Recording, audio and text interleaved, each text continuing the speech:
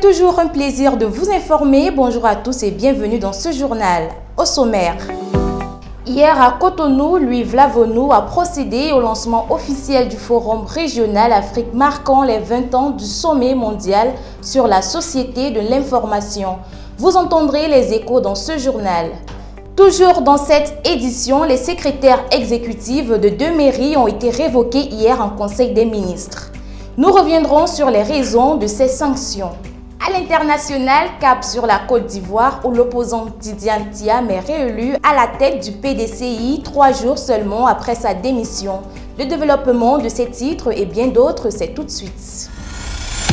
Les secrétaires exécutifs des mairies d'Adjara et de Tukutuna ont été révoqués. La décision prise en Conseil des ministres ce mercredi 14 mai 2025 fait cas d'une surfacturation des coûts de prestation au profit de sa commune pour l'une et complicité de manipulation de documents administratifs et des malversations financières pour l'autre.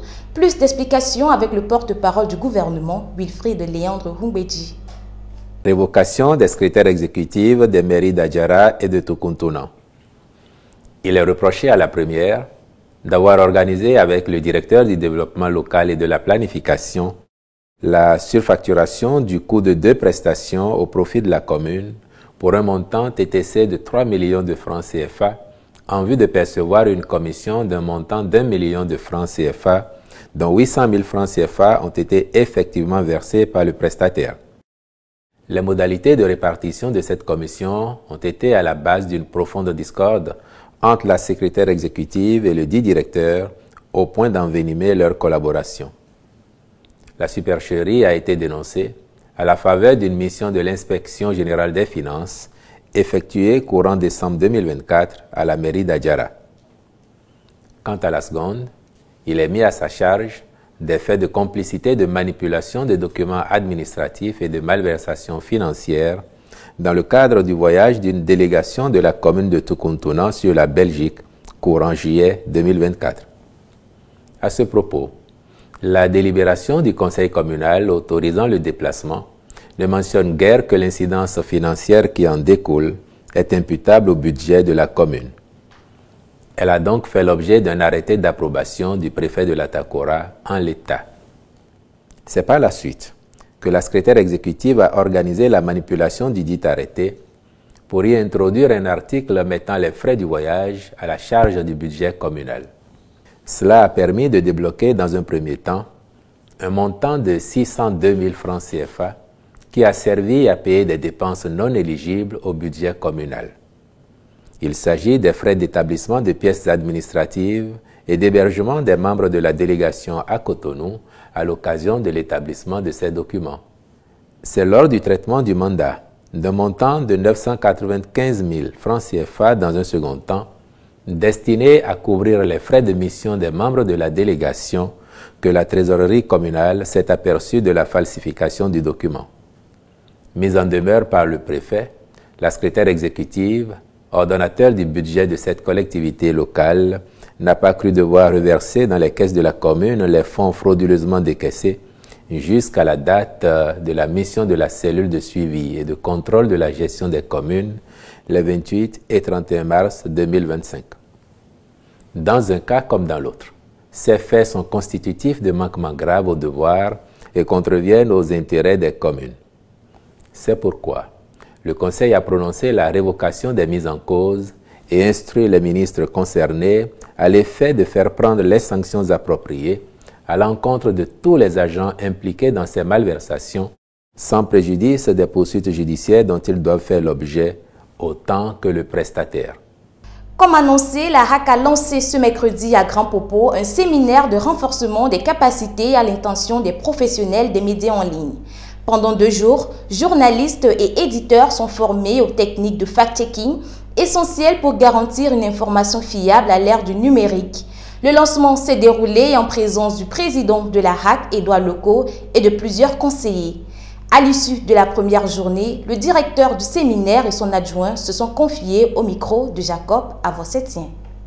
C'est pour vous permettre d'anticiper sur cette nouvelle donne, cette nouvelle méthode de travail, que la HAC offre cette opportunité aux professionnels des médias de commencer par se mettre à jour. La HAC ne se fait pas d'illusions.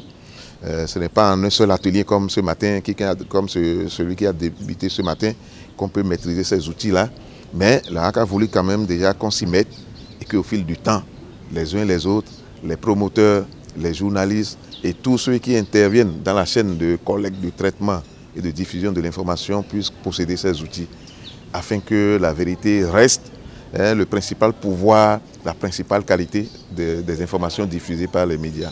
C'est de vous préparer vraiment aux conditions néfastes de votre métier dans ce domaine-là pour que vous puissiez savoir quelle ligne je prends, comment je passe l'information. Encore que vous savez, il y a une élection qui arrive et le feu, c'est facile de le faire, mais on ne sait jamais comment ça va finir. Et nous sommes aussi dans une période où ces fast-checking-là, comme on est en train de dire, peuvent mettre le feu dans le pays. Et pour nous, et pour le rôle que nous jouons, la HAC joue dans le cadrage des élections qui arrivent. Nous pensons qu'il est très très important de parler avec vous, acteurs principaux, dans le véhicule de ces paroles-là. Les membres de l'Union nationale des médias en ligne du Bénin ont également pris part à la première journée de ce séminaire. Le président de l'association a salué la pertinence de cette initiative qui répond au plaidoyer formulé par son bureau auprès de la HAC. Je vous propose de l'écouter. Il faut le noter, au lendemain de notre élection à la tête de l'UNAMEL Bénin, nous avons fait le plaidoyer auprès de la HAC pour que les médias soient formés, surtout les médias en ligne. Nous avons besoin de formation parce que ce n'est que la formation qui nous permet d'être professionnels et de produire des contenus de qualité. Nous sommes heureux qu'en moins d'un an, que nous soyons conviés à une série de formations, dont celle-là qui concerne le fact-checking, la vérification des fausses informations, dans un monde qui est en proie à la désinformation. Et pour des médias qui sont des médias en ligne, il est important d'appréhender tous les contours de la fausse information et de savoir comment vérifier les fausses informations, comment en tant que média en ligne s'empêcher de diffuser des fausses informations. Le Forum régional Afrique sur les 20 ans du sommet mondial sur la société de l'information s'est ouvert hier à Cotonou. En prélude au rendez-vous mondial prévu en juillet à Genève, c'est le président de l'Assemblée nationale, Louis Vlavenou, qui a présidé la cérémonie d'ouverture. Je vous propose de suivre un extrait de ses propos. L'Internet, s'il en est un outil d'émancipation et de développement, peut aussi devenir un champ d'ombre si nous ne renforcions pas ensemble nos mécanismes de prévention et de riposte. C'est pourquoi je suis convaincu que le sommet mondial sur la société de l'information doit se saisir avec force de cette problématique sécuritaire. Le SMC peut et doit devenir un instrument de veille, de coordination et de coopération entre États pour élaborer des stratégies numériques robustes face aux menaces asymétriques qui gangrènent nos sociétés. Après la démission de l'ancien ministre Alain Adirou du parti Force Kori pour un Bénin émergent, la formation politique a réagi. Lors d'une rencontre avec la presse, Aboubakar Yaya, membre du bureau politique de la FCBE, a répondu aux accusations formulées par Alain Adirou dans sa lettre de démission. Suivez plutôt. Monsieur Adirou, son départ n'est pas une crise pour notre parti. Ça ne peut même pas être qualifié de crise pour notre parti. Il n'a aucun poids, il n'avait aucun poids. Ce n'est pas pitié qu'on l'a accueilli. Permettez-moi de le dire, pas pitié. Parce que vous connaissez son parcours politique. Il a créé un parti avec un de mes aînés de l'université, mais là-bas il a voulu s'imposer, ils l'ont éjecté, il est parti. Donc il est venu, nous on l'a pris. Pour nous, c'est un ancien ministre, il a d'expérience, il est sage, vu son âge, mais avec ce comportement, je me rends compte que l'âge et l'expérience ne sont pas synonymes de sagesse. S'il a déposé sa lettre de démission, c'est parce qu'il se reproche quelque chose. C'est parce qu'à un moment donné, il jouait dans de l'eau trouble. Au-delà de ça, il a joué à l'espion au sein de notre parti. Dans le moment venu, on va faire une conférence de presse pour étaler tout ce qu'il a fait de bon et de mauvais pour le parti. Donc, je lis sur les réseaux sociaux ces soubresauts. Ce qu'il fait, c'est comparable au dernier soubresaut d'un animal agonisant, sauvagement atteint. Il devrait rester tranquille.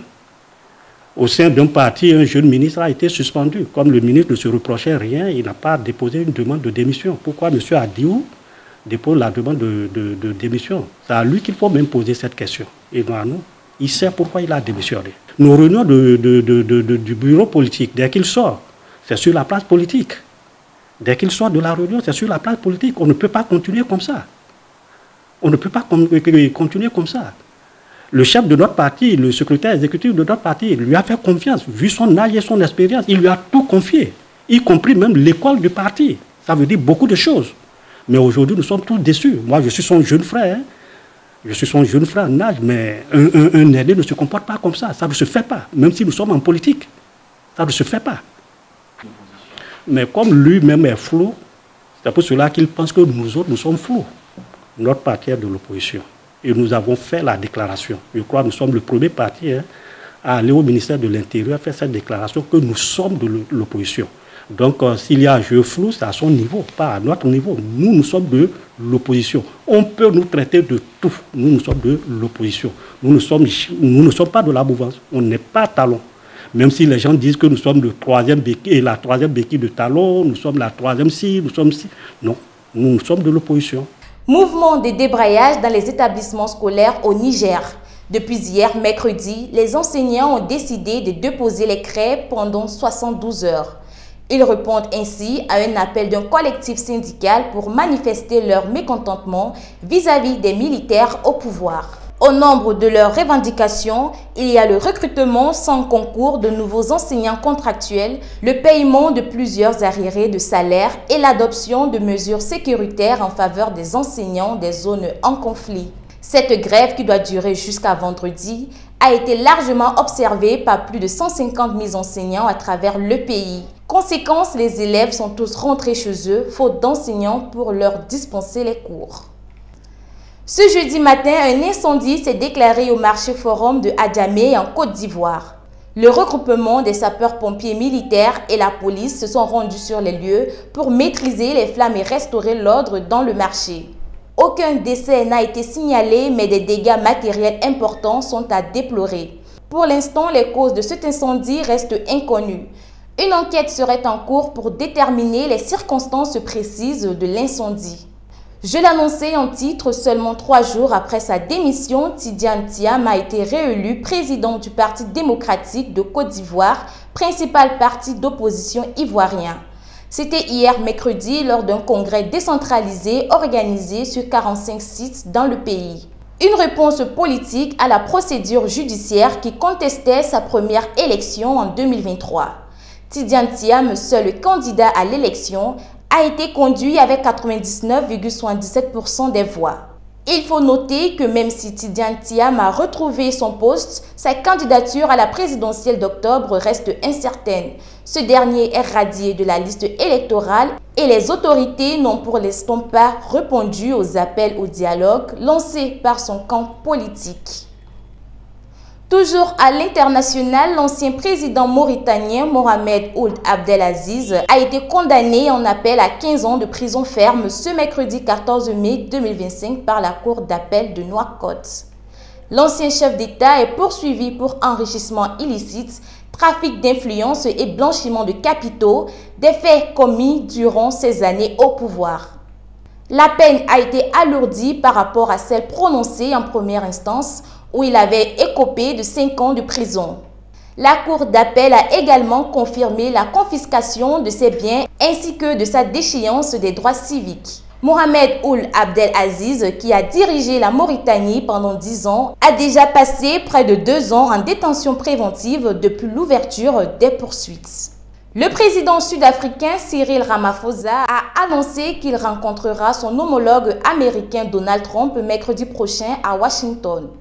Une visite de travail prévue du lundi au jeudi dans un contexte de forte tension diplomatique. Parmi les sujets à l'ordre du jour, l'accueil récent des 49 Afrikaners aux États-Unis que Donald Trump présente comme victimes d'un prétendu génocide. Des accusations fermement rejetées par Pretoria. La plainte déposée par l'Afrique du Sud contre Israël devant la Cour internationale de justice attise également les frictions. Sur le plan économique, Pretoria redoute une remise en cause de l'accord AGOA qui permet l'exportation sans taxe de plusieurs produits sud-africains, dont environ 25 000 véhicules par an. Cette visite pourrait être l'occasion de relancer la coopération stratégique entre les deux pays. Ainsi s'achève cette édition. Retrouvez la grande édition du journal tous les jours sur notre site hcdtv.bj et sur l'ensemble de nos canaux digitaux tous les jours à 13h, 16h, 20h, 23h, 3h et à 7h du matin. On se retrouve demain à la même heure pour un nouveau point de l'actualité. Bonsoir chez vous.